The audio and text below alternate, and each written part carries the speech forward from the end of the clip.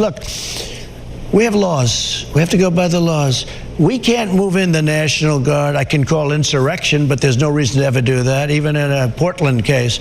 We can't call in the National Guard unless we're requested by a governor. You have to get their permission, in theory, to go in. Next time, it's one thing I would do different. President, on California, are you prepared to invoke the Insurrection Act?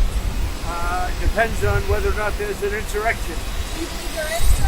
No, but you have violent people, and we're not going to let them get away with it. Even if you're not planning to invoke the Insurrection Act, you still plan to send troops? Well, we're going to have troops everywhere. We're not going to let this happen to our country. We're not going to let our country be torn apart like it was under Biden and his auto pen. What is the bar for sending Marines to The bar is what I think it is. I mean, if we see danger to our country and to our citizens, we'll be very, very strong in terms of law and order. It's about law and order. Sending African Marines on the table, sir. Secretary Exum. We're going to see what we need. We'll send whatever we need to make sure there's law and order. What are the rules of engagement at all troops? We'll see what happens. If we think there's a serious insurrection or less than that, we're going to have law and order. Very important. How would you define an insurrection?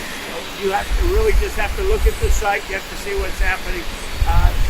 Last night in Los Angeles, we watched it very closely. There was a lot of violence there. There was a lot of violence, and it could have gotten much worse. And you have an incompetent governor. I did call him the other night. I said, look, you got to take care of this, otherwise I'm sending in the troops. That's what we did.